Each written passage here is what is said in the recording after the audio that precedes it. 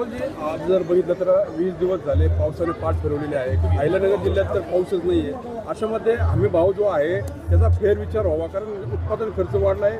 ज्या पद्धतीने petrol diesel असेल, नांगरटी असेल किंवा मशागत असेल, या सर्वांचाच खर्च वाढला. त्यामुळे कापूस आणि सोयाबीन मुख्यत्वे हमी भाव जो आहे तो मिळाला पाहिजे. यासाठी काय तुमची मागणी आहे? ही सातत्याची मागणी आहे की पुन्हा एकदा उत्पादन खर्चाची जी काही ताळमेळ आहे हा एकदा तपासून बघितला पाहिजे. कारण मुळात सरकार ज्या पद्धतीनं हमीभाव जाहीर करतो तो तरी शेतकऱ्यांना मिळतो का, हा एक फार महत्त्वाचा प्रश्न या आधीसुद्धा संसदेमध्ये उपस्थित केला गेलेला. पण गेल्या अधिवेशनाच्या काळामध्ये सुद्धा जेव्हा सप्लिमेंटरी डिमांड्स अँड ग्रांट जेव्हा सुरू होत्या तेव्हा शेतीविषयक प्रश्नांवर चर्चा करण्यासाठी या सरकारनं अवघे 2 तास दिले होते.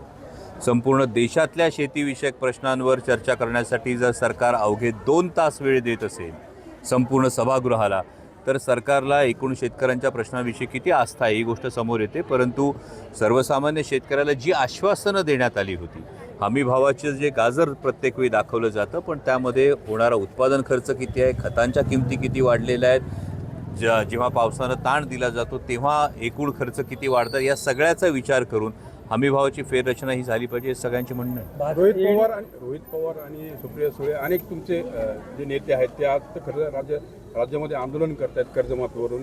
मात्र सरकारकडून स्पष्टता केली जात नाही की कर्जमाफी किती होणार, त्याचे निकष काय असणार. फक्त गोलमाल उत्तर जी आहेत ती कर्जमाफीवरून दिली जाते आणि अधिवेशन कुठेतरी काढून घ्यायचं. हा विरोधी पक्षाची हीच मागणी आहे की कर्जमाफीच्या नावाखाली शेतकऱ्यांच्या तोंडाला पानं पुसू नका, कारण कर्जमाफी देणार हे सत्तेवर येण्याआधी सरकारनं दिलेलं आश्वासन आहे. आणि मग सरकारनंच जे आश्वासन दिलं होतं, ज्यावर महाराष्ट्राच्या जनतेनं निवडणुकीच्या काळामध्ये विश्वास ठेवला होता, आता जर सरकार त्यामध्ये निकषांचा जर एक वेगळा ससेमिरा मागे लावत असेल तर सरकारविषयी एक अनास्था ही सर्वसामान्य जनतेमध्ये आहे, शेतकऱ्यांमध्ये आहे. आणि त्यामुळे विरोधी पक्षाची हीच मागणी की सरकारनं जी आश्वासनं दिलेली आहेत त्याची पूर्तता करा. खरं तर कालपासून तुमच्या एका वक्तव्यामुळे राजकारणी मोठी चर्चा त्या संदर्भात सुरू आहे.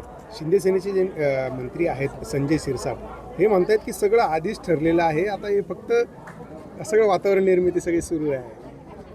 म्हणजे मी महाभारतातला एक संजय ऐकला होता, दुसरे आमचे संजू भाऊ दिसत आहेत की ज्यांना सगळंच दिसतंय.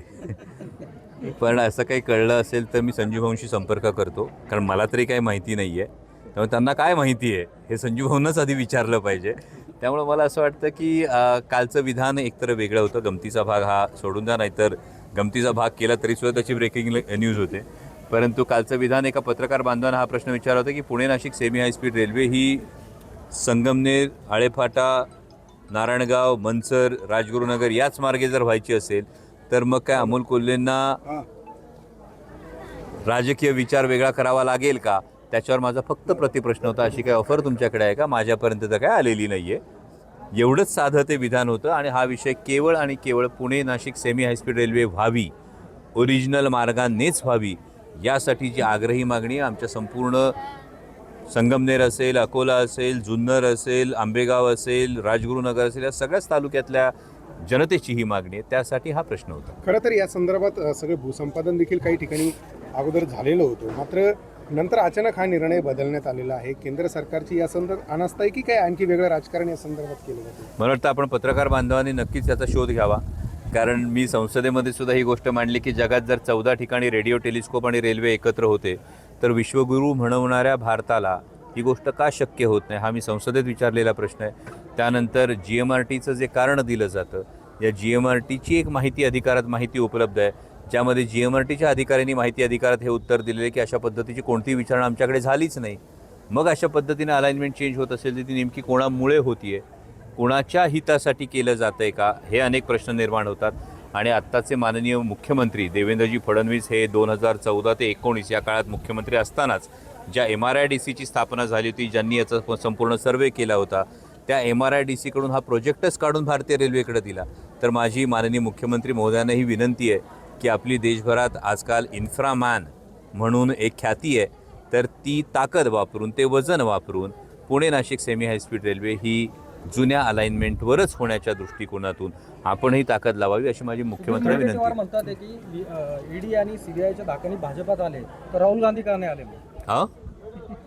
ED CBIच्या धाकाने पक्षांतर होत असते. भाजपमध्ये आले CBI आणि EDच्या धाकाने, मग राहुल गांधी का नाही आले? आता हा सुधीर भाऊ म्हणजे हा देशपातळीवरच्या नेत्यांचा प्रश्न आहे, तो मला कशाला विचारताय. खरं तर महत्त्वाची गोष्ट याविषयीची इतर नेत्यांची स्टेटमेंट जर बघितली तर त्याच्यावर तुम्हालाच उत्तर मिळेल. खरं तर शिंदे सेनेचे जे 6 खासदार ठाकरे सेनेचे जे 6 खासदार शिंदे सेनेमध्ये गेले, त्यानंतर कुठेतरी राष्ट्रवादीचे देखील फुटीची चर्चा आहे.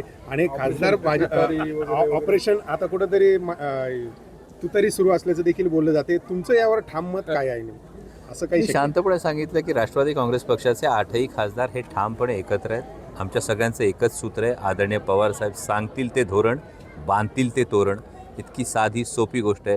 आणि आमच्या नेत्या खासदार सुप्रियाताई सुळे यांच्या नेतृत्वाखाली आम्ही ठामपणे लोकसभेमध्ये ज्या कारणासाठी आम्हाला निवडून दिले, ज्या विश्वासाने निवडून दिले, ज्या अपेक्षेने निवडून दिले, त्यासाठी आम्ही सतत कार्यरत आहोत.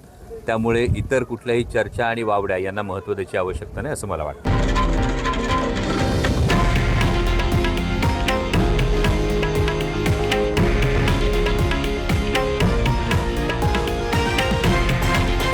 हे आहे देशातील नंबर 1 न्यूज नेटवर्क आणि आपण पाहत आहात TV9 मराठी, एकमेव.